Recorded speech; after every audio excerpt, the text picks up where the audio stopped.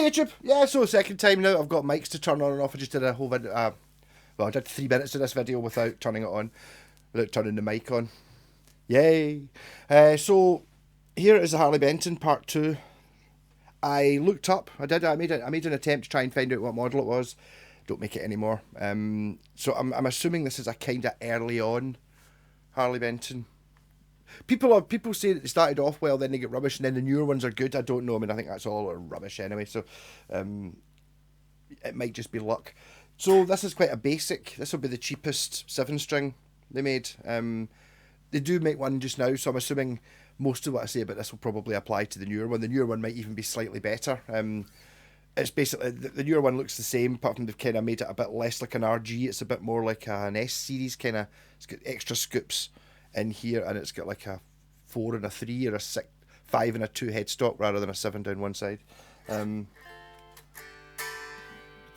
go for that. So being the cheapest one, I'm thinking 120 quid, something like that. What are you getting? I did have to do some work to it to make it work. When I got it, it was dead spanky. All I had to do was raise the bridge, adjust the truss rod, pull the neck, raise the bridge, pull the neck back. Now I've got super low action and not spanky. I kind of knew it was something to do with the truss rod when you play it, and it's like when it's sort of buzzing on one fret, it's likely it's likely there's a fret out. Whereas if it's generally just buzzing absolutely everywhere, just at various amounts, then it's probably just the whole neck wasn't straight enough. Or the neck was, the action wasn't high enough. Yeah, so tuners, I've now used them. Alright. Frets, not done anything to them at all. I gave them a quick polish with the polishing rubber, but that's so they're a wee bit shinier than they were. But I've not done any adjustments. The nut is good. Bridge, very simple, is good. Intonation was set right, whether that's somebody's done that or whether it's kind of always the same shape. You know, you can approximate that shape and it'll be probably right. Through strung, pickup seemed pretty good. I've even put a different pedal on my board. I've put the Nux Recto pedal, which is like a dual rectifier, I think. Mesa Boogie, Metallica, bit more chugga metal than any of the pedals I use.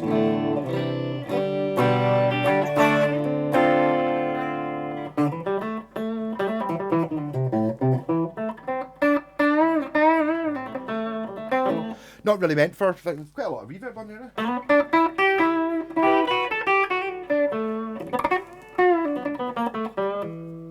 Neck pickup. I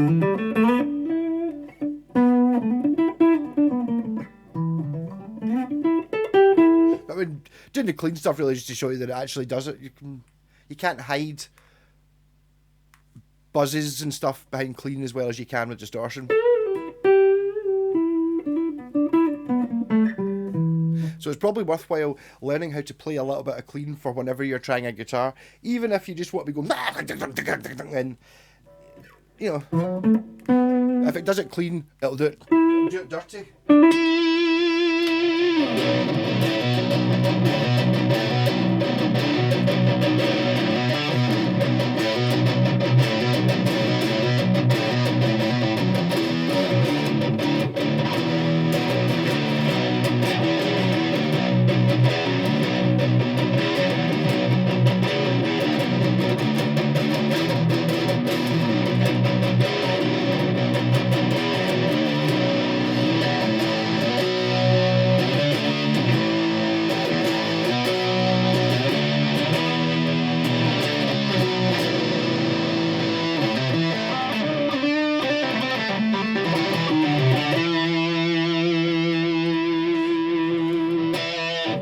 Yeah, so a 7-string guitar, I think I talked about this in the last one. Basically, it's a normal guitar, but you've got this extra fat string. So the E, A, D, G, B, E are all just the same. You can completely ignore this 7-string and play everything you would play before. Just a wee bit of adjusting to not accidentally hitting it, so you skip over it, sort of thing. For that whole being able to skip over it is the only reason I can play 7-string guitar at all and 5-string bass at all. It's completely ignoring that extra string and then every now and again going, oh, that's right, there's an extra string, boom, kind of approach, as opposed to I'm not really into the kind of music that the corny type stuff. But I mean, because we're in B, so I should be able to play Sabbath in the right key then.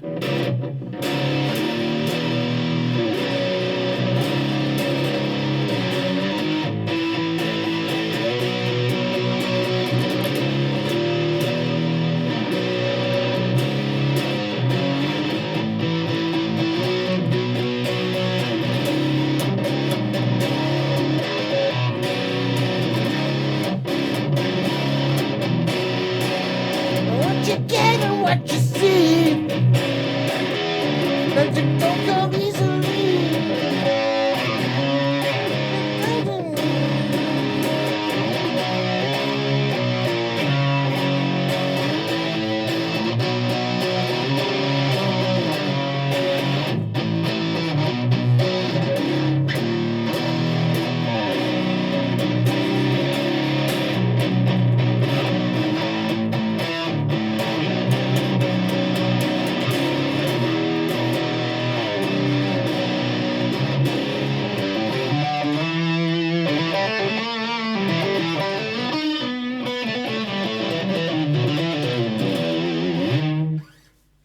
Yeah, I mean, I think it's pretty good. Far as 7-string guitars go, I like it. There's not a lot to dislike about this guitar. It's, let's be honest, it's quite plain.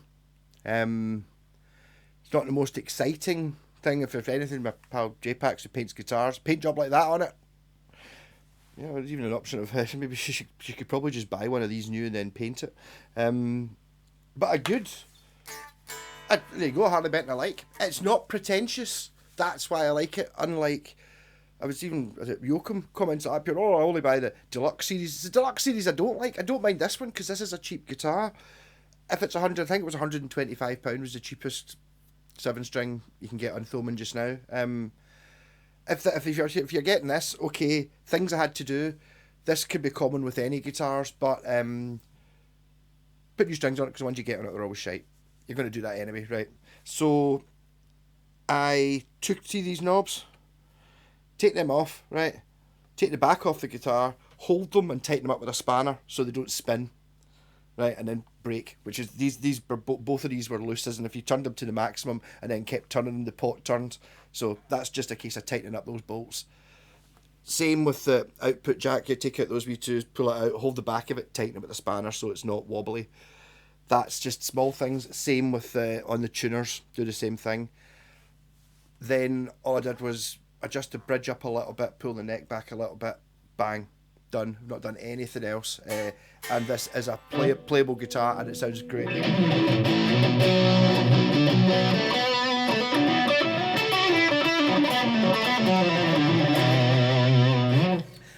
But this is where it comes in where I'm saying, how come I like this one but I don't like the more expensive ones. That Fusion one I had, which I absolutely hated, one of the worst guitars I've ever played. It had an amazing spec list. It was like a £300 or £400 guitar, and it wasn't better than this guitar. It just had much better parts, but they were put together really badly.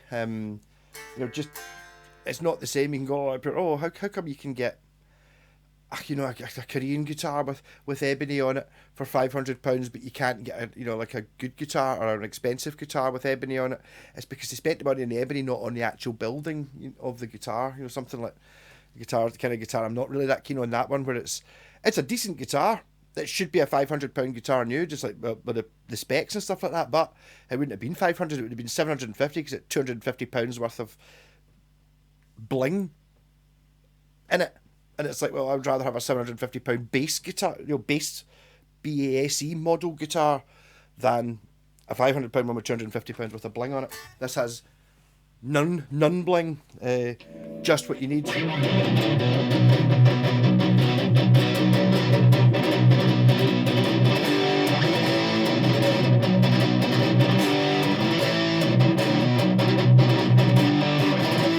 I can probably better use a thicker pick than this for Rugga Dugga Dugga. I can't really do it, don't like listening to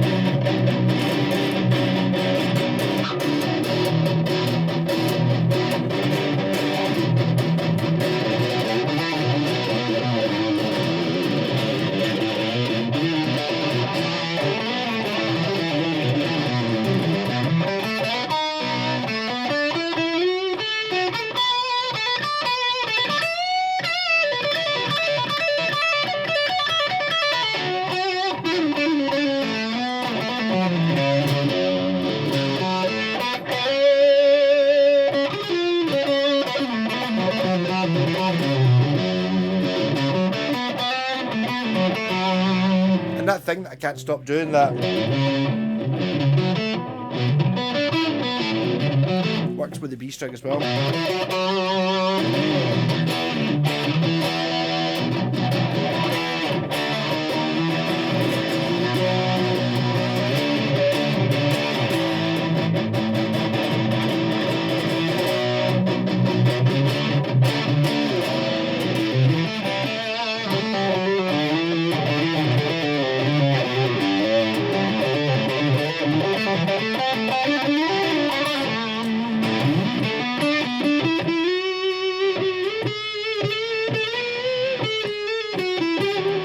This guitar's never been played up here.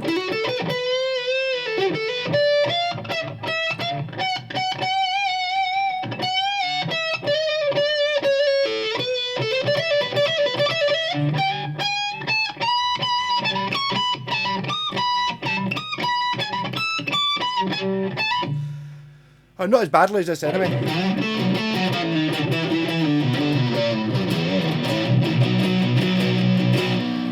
There really is that temptation to just chug on that low B string all the time.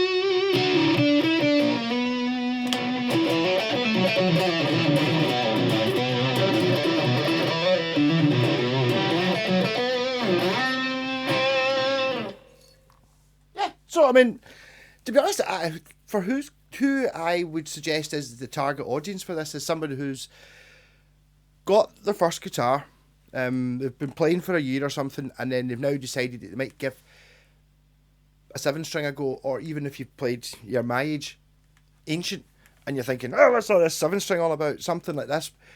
When you've got that wee bit of ability to do that bit of, it's not really a full setup, but the truss rods, getting the action right, and things like, just tighten up the bolts on the tuners and tighten up the bolts on the output jack and the thing, because left unchecked, they will break. If that pot starts spinning, it'll spin. The wires, the wires that are going to it will get all twisted up and then they'll snap. Same with the output jack. So if it's a bit wobbly and a bit shit, you might break it. So basically, do it now. Take the back off. Just hold on to it. You don't need any special tools. Just when you're pulling these knobs off, sometimes they're a bit difficult, but sometimes there's a grub screw. Don't do what I did with my Schecter bass a couple of weeks ago when I was sitting there trying to get pulling at the pot. This thing has Schecter Omni pots in it. I've seen them sell for £150 just for the pot. Like a push-pull, and I'm pulling away at it. It's like, I'll just give up. And I turned it around a wee bit and I saw the wee grub screw. It was like, undid the grub screw and it just came off easily. It's like, so check that. These ones don't. Also, these knobs are not both the same. So one of them's been lost or somebody's put silver knobs on it. I don't know whether the silver knobs would be original. They're both the original. Just got a slightly different pattern on it, just because I noticed these things. But yeah, so possibly my favourite 7-string I've ever demoed. To be honest, I think it probably is. I've only ever owned a couple myself. One 7-string myself. It's currently through there as a Telecaster. But I mean, it's fine. I like the way it's just pure. Sounds like what someone had done before. Put a bit of duct tape over the top. It doesn't really matter. It's a 7-string guitar. It's good enough. I mean, without needing any major work. Just a case of if it's buzzing, raise the action up. If the action's too high, then something else needs adjusted. Find yourself somebody who knows how to adjust it, who you can talk to, buy a guitar off them, and then says, fix this.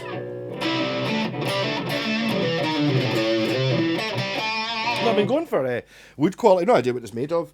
Neck's a decent bit of maple, looks alright. Fingerboard's rosewood, pretty good condition, jumbo frets. Well done. No scratchy, cheapy feely neck. I don't think you get that anymore. Used to get guitars were really bad where you'd run your fingers down like that and it would literally cut you. This one's totally fine. Well done. I don't think it's had work done to it, because if someone had work done to it, the first thing that would have been done would be adjust a truss rod. I mean, you're not really, there's not really any point in me running through all the different sounds it can do. It's you've got this and you're using a distortion like that. That's it. I can put the spark on for more mid-range, more gain, or stack gain.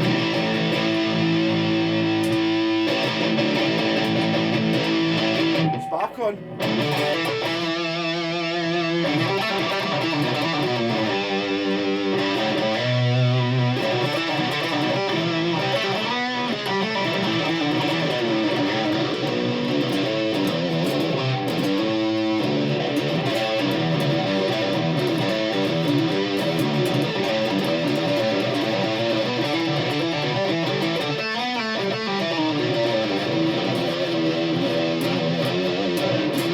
Pinched harmonics on that one.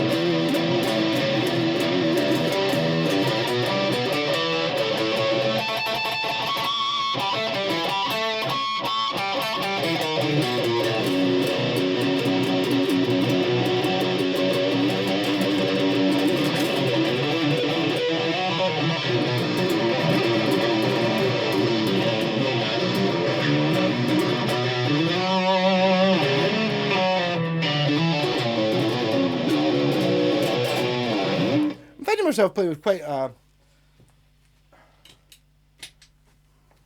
a sense of reckless abandon on this guitar for some reason. Maybe it's just because I feel it's solid. I think I'm trying to think what the other 7-strings got. Having a decent bridge like this, just a simple. If it's a cheap guitar, you can have an expensive bridge or an expensive guitar, but just having a tune-o-matic going through the body, it's just no issues. That's it. You don't have to worry about. I mean, you can't even set the height or the intonation, where you can set the intonation a bit, but you can't set the curve of the strings, so you just don't have as much to do. It's just an easier, assuming it's been put in the right place, which this guitar has. I mean, the actual build quality, there's nothing really that, apart from the fact it's completely bland and boring, there's nothing really makes it like a cheap guitar. It doesn't have very much on it, but what's there's great. All for that. I need to get myself work out a better system for this, because I liked having my record player sitting there where I had my keyboard to stop and start things and adjust things. So I need to work out some way of doing it with this new fangled mic system. It's confusing. So rock on, see you during the week. I've got plenty of guitars to go through this week, all different ones. Not ready for West Tone week yet. West Tone week will happen, or maybe a West Tone Wednesday. Maybe for that. Catch you later.